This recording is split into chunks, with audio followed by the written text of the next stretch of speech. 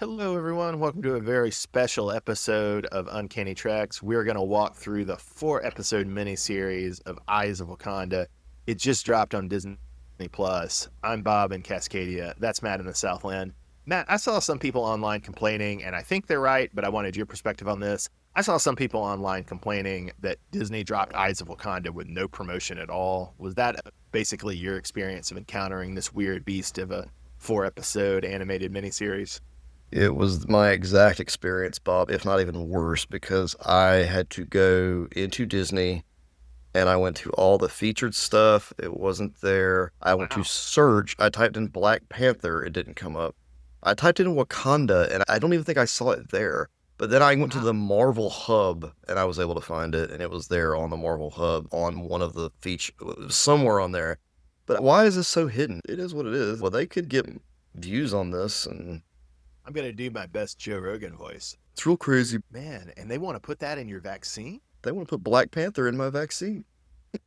Can't believe they think they can get away with that. But yeah, it is strange. It seems this would be an easy thing to promote. And I don't know. It's not perfect, but I like it substantially better than What If.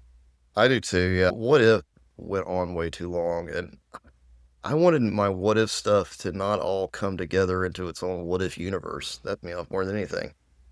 And that's violating the point of it, right? Is it's supposed to be an anthology show. That happened. Why am I getting these characters crossing over? I don't care that much about them more than one episode. I don't want to explore any of this character anymore. It's just more of a what if thing. Yeah, Yeah. it's a good idea. Okay, cool, and move on. And I don't want to die on this hill because I didn't really like What If comics that much. But when we were kids, I feel like every What If comic ended in like the characters dying. It ended in a way that made, oh, you better read the real stuff, because this is what happens when you don't follow that pattern. Yeah, when you're not on the prime timeline. All right. Well, let's go through the 4 episodes of this miniseries. We'll make a few observations. We'll go through, make a few observations, pick a favorite moment for each episode, then maybe we'll talk a little generally about it at the end. Does that sound good? Sounds good, Bob. So the first episode is Into the Lion's Den. It takes place in 1260 BC, where former Dora Milaje Noni is sent on a mission to hunt down a rogue Hatut Zarazi known as the Lion. And did you remember from our Black Panther comics and from the Black Panther movie who the Dora Milaje and who the Hatut Zarazi are? The Dora Milaje aren't they like the guards of Wakanda, the ones with the spears? Usually they do have spears. They're all female, and they're usually portrayed as the bodyguards of the king or queen of Wakanda. Yeah. Although I think in later stuff, there's been a tendency to have them be more generally an elite senior military group. But originally, they were just the bodyguards of the king or queen of Wakanda. The Hatut Zarazi, they go outside of Wakanda, right? Yeah, they're the CIA/special ops of Wakanda. In the comics, they often show up as like white dog costumes, white jackals, white wolves. Are they called war dogs in this? And then I also wanted to ask, do you know in terms of actual world history why the year 1200 BCE is significant? No, Bob. And I'm glad you do, because I had to use Wikipedia to make sure I knew what time I was in. They're alluding to real history in this Yes. episode. So around 1200 is usually dated as the Bronze Age collapse, which is a broader phenomenon too. But in the Eastern Mediterranean world, it means the Egyptian Empire and the Assyrian Empire over in what's now Iraq and Eastern Turkey and Lebanon, Syria, they both really contract. They don't fall totally, but they really contract. And they're weakened. And then in Greece, you have what's called the Dark Ages among the Greek city-states. And historians are real argumentative, and archaeologists are real argumentative about exactly how much of a collapse this was and also what caused it. Sometimes they blame climate change, sometimes it's diseases, sometimes they say volcanic eruptions. And then there's also a fact that there's some archaeological evidence, I think mainly from Egypt, about a series of raiders who are called the Sea People coming in, and Egypt having battles with the Sea People. And so here, the Sea People are being led by a rogue Wakandan. That was a funny thing to do, have a Marvel version of the Bronze Age collapse. I know Bob just gave a really great history, but for you layman folk like me, I'm just gonna say it's what if Black Panther was on some pirate ships? Indeed, indeed. I think they were trying to make you nostalgic for either DuckTales or Pirates of Dark Water. Oh, totally. Or more recently, all I can think about was Assassin's Creed Black Flag. That was going to be one of the reviews I brought in. Somebody said about this episode specifically that, quote, this show gives me major Assassin's Creed vibes. Yeah, that's what kept me watching, Bob. I'm glad You it, can't. was, You it can't. wasn't Pirates of Dark Water. It wasn't DuckTales nostalgia. It was only Yeah, memories of Assassin's Creed, man. Bob's there for the history lesson. I'm there for the nostalgia of video games. So, Matt, you don't watch, or you haven't watched much Stargate, right? I haven't, no. Okay. From what little you've seen of the movie, does the ancient golden Wakandan sci-fi technology kind of give you a Stargate vibe? It does, yeah. I can never quite understand what actually is going on with the vibranium or the tech that the Wakandans have or possess. You can strike it and it explodes. Sometimes it makes gases. I wish I had some book that explained Wakandan technology. Somebody make that I'm for me. sure there is a book. I'm sure you just have to pay Disney like $35 for it, and it's not very good. I want to check out Ollie's. I do think there's an interesting design element in the Wakandan technology in this, where it does remind me of how the MCU portrays Stark technology too. Just in terms of the visual style of it, and like you say, also like Stark technology, it's pretty generic. Yeah, and everything has a shiny arc reactor in it, or everything has a Yeah, shiny yeah. medallion in the middle. It's all that's that one piece. It shines. So in that sense, it is interesting because it does give us prop identity to the whole universe. The last thing I wanted to say about this Into the Lion's Den episode, Matt, although if you got other thoughts, would be curious to hear, is did the ideological conflict between Noni, who's the Dora Milaje, who's on the mission, and then the Lion, who's the rogue, Hatut Zerazi, leading the Sea People, didn't it recall the fights and the arguments between T'Challa and Killmonger in the first Black Panther movie?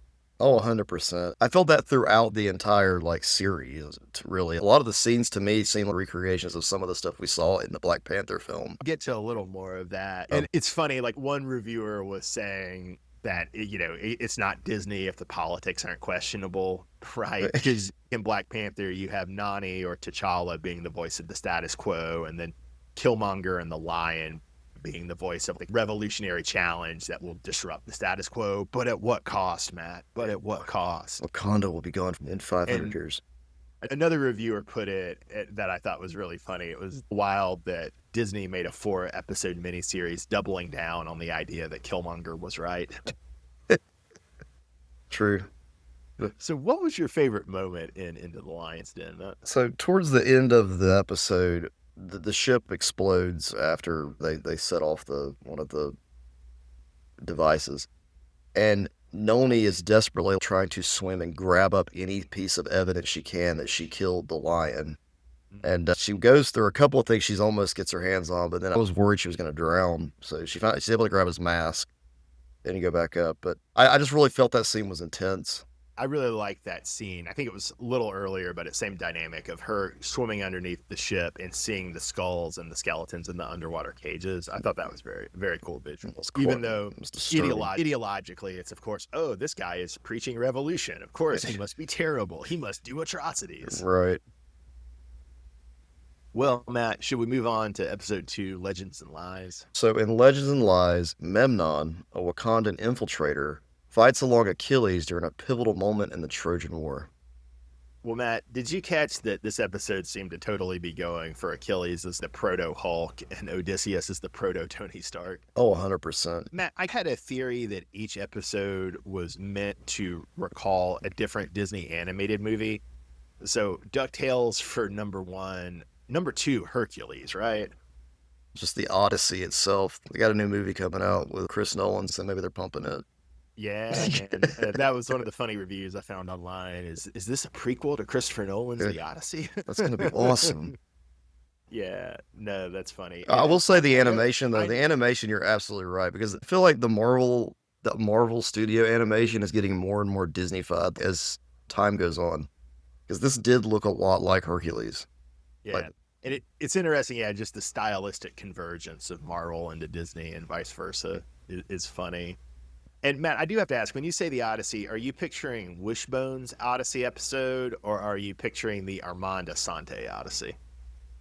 There, Armand Asani Odyssey, Bob. I do remember the Wishbone episode you're talking about. I thought it was Yeah, important that the listeners know what's going on in your the mind. one we watched in ninth grade. One we watched in ninth grade. For me, it's Wishbone, not Armand Oh, Asante, but I understand that for you, it's Armand Asante. So, Matt, will you forgive me? Will you forgive me if I go into a brief description of some of the interesting Iliad parallels here? of course, go right ahead. Okay, so Memnon, who's the Wakandan infiltrator, at first I thought that was just a shortening or a corruption of Agamemnon, who is a king involved in the siege of Troy with Achilles and Odysseus. But I'm actually just ignorant. And it turns out there is an Ethiopian king in versions of the Trojan War story called Memnon. So like he's actually a figure of legend. It's cool that they use that. So I have a friend who's a classicist who knows Greek, he knows Latin. He liked the first episode okay with its depiction of the Bronze Age collapse, but he had real concerns with this episode.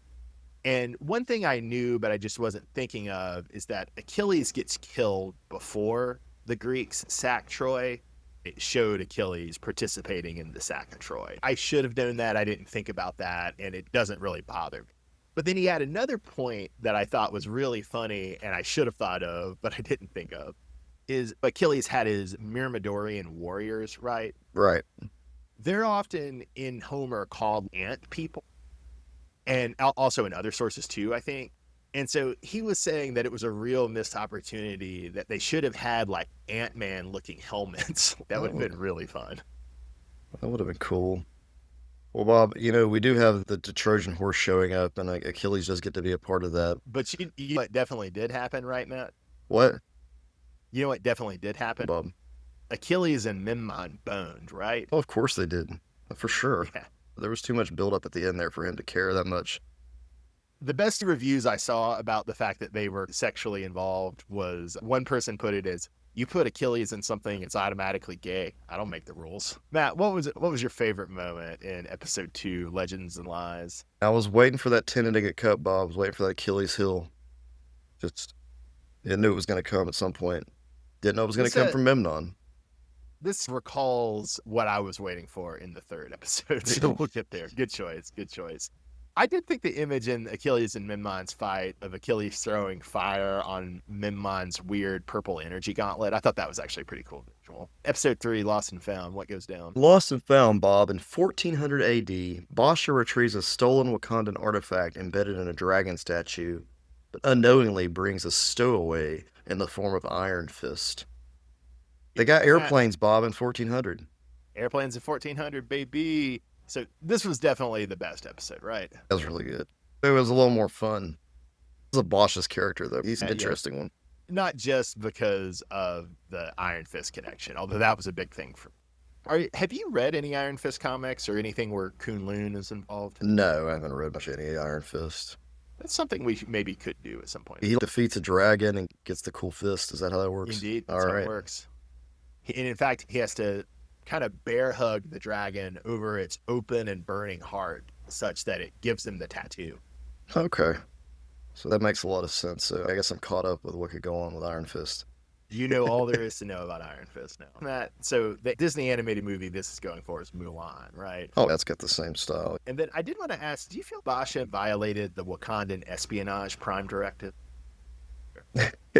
And once we do actually have the confrontation between Basha and the Iron Fist, they basically just do the maglet. Exactly. From the first Panther movie, which I thought that was maybe a little too much. Couldn't you just do an original fight scene? It's a little too much on the nose. They were mine carts, though, Bob. Just a little different. Did Black Panther come out like 2017, 2018?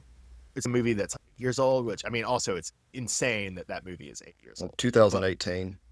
It's insane that movie is 7 years old, but it's also a little weird. And the MCU does this a lot. They did this with the time travel in Avengers 4, but it's always weird when you have to watch nostalgia for something that was 7 years old in the MCU, which they go to fairly frequently. We've just been exposed to so much content. It seems like it's been that long ago. This was obviously already present between the Lion and Nani in the first episode and Achilles and Memnon in the second episode. But as we have the fight between Basha and the Iron Fist, it was just wild that I was, oh, literally every episode of this miniseries is going to be dictated by sexual tension in a fight that's basically just covering up huge sexual tension. Yeah.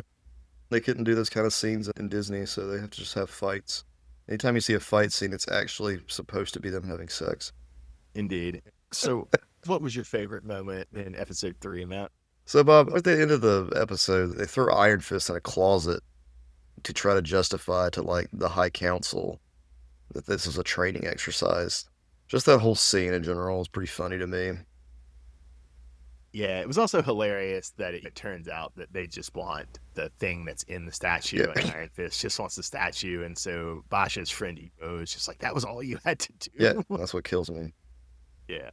I was mildly annoyed at how they mostly kept Jirani actually using her Iron Fist off screen.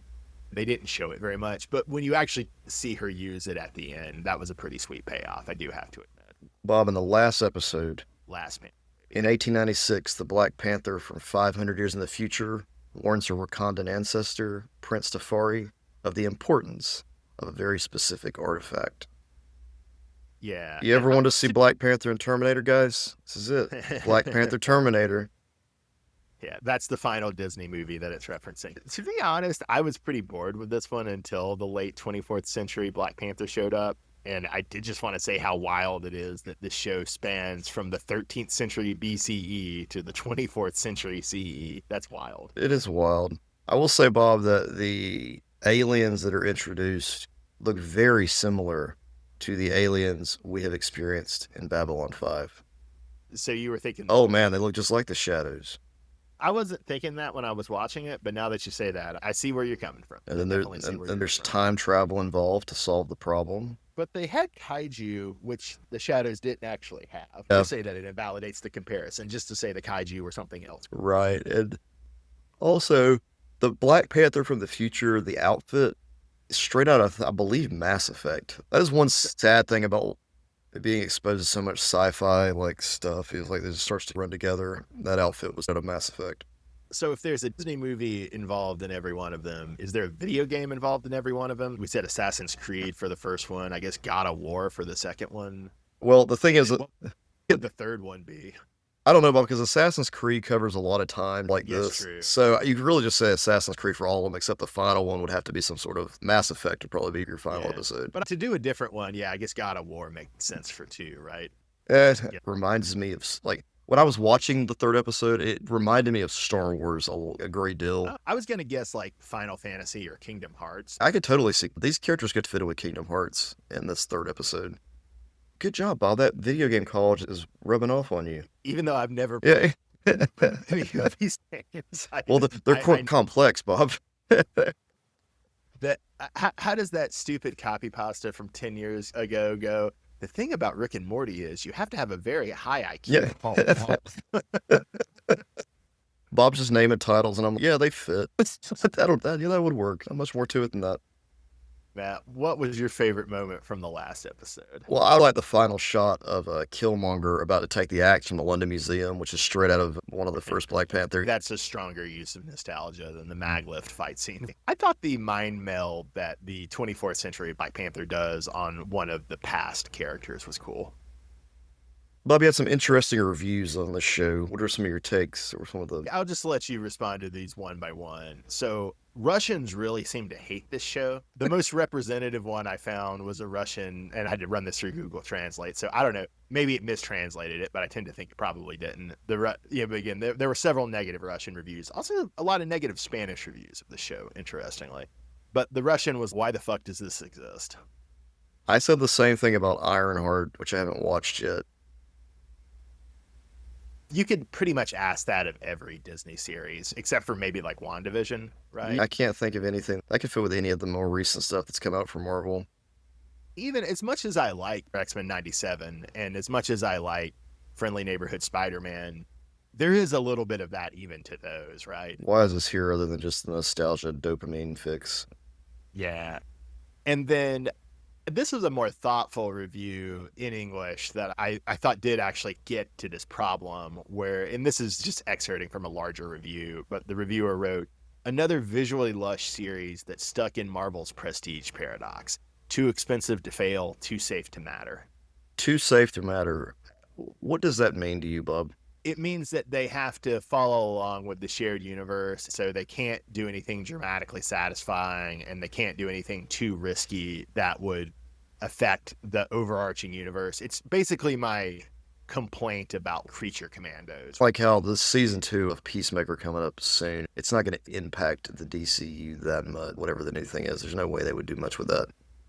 Yeah, the right way to do that is to focus on Peacemaker and the supporting cast, Right. But when you really emphasize making the connections to the outer universe, that's going to be sad.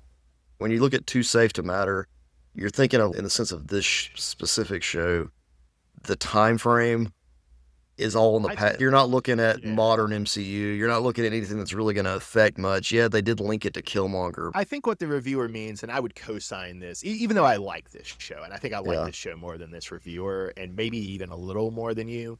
Well, only a little. I agree with the mild criticisms of it you've made. What I'm saying is that it has to so tie itself to the events of Black Panther and echoing them so much. And it also can't do anything that would change what we think about Wakanda, or it can't do anything that would challenge the timeline of Black Panther 1 and 2 and whatever their nebulous plans for the future are. So it has to play it very safe narratively, I think is what the reviewer is saying. I think I would co-sign that. Two more. One of them, I'll go with the easier one first. This was in Portuguese, and this is actually meant as praise. And I thought it was a very interestingly poetic way to describe it, because it was in the midst of a positive review.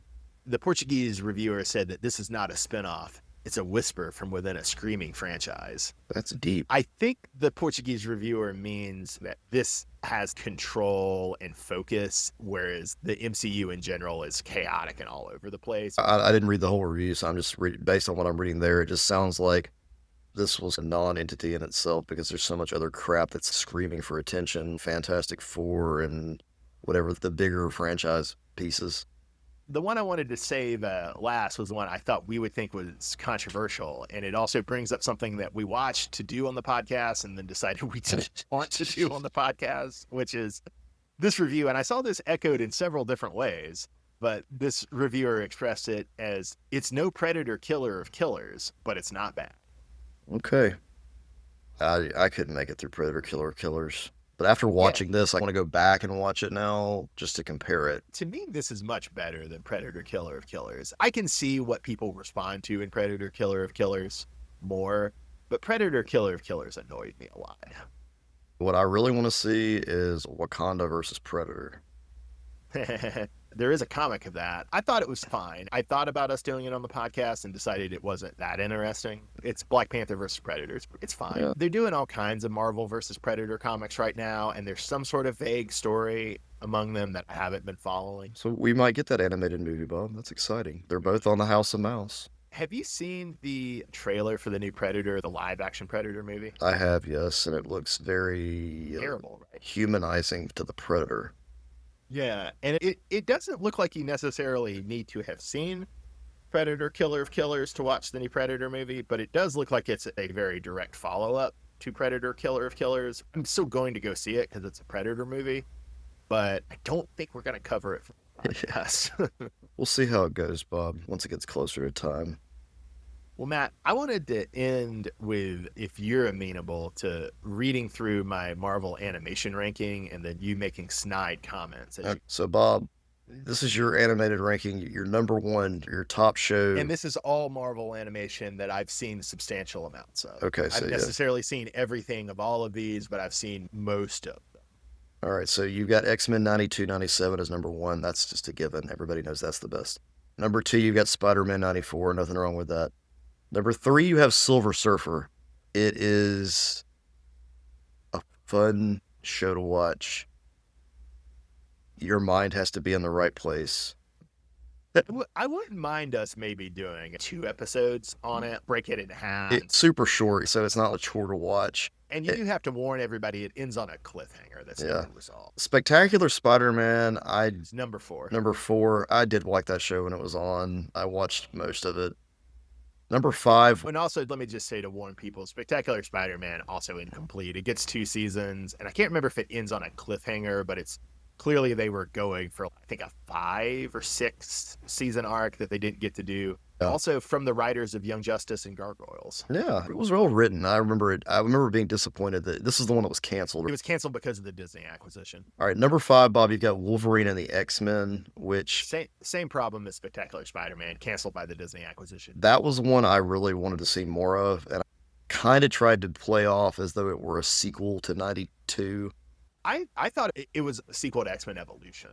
You are correct. My bad. That is my mistake. I like to think that in my brain that it was a sequel to X-Men 92. I'm not saying it was. When I watched it, in my mind, I pictured it being that way.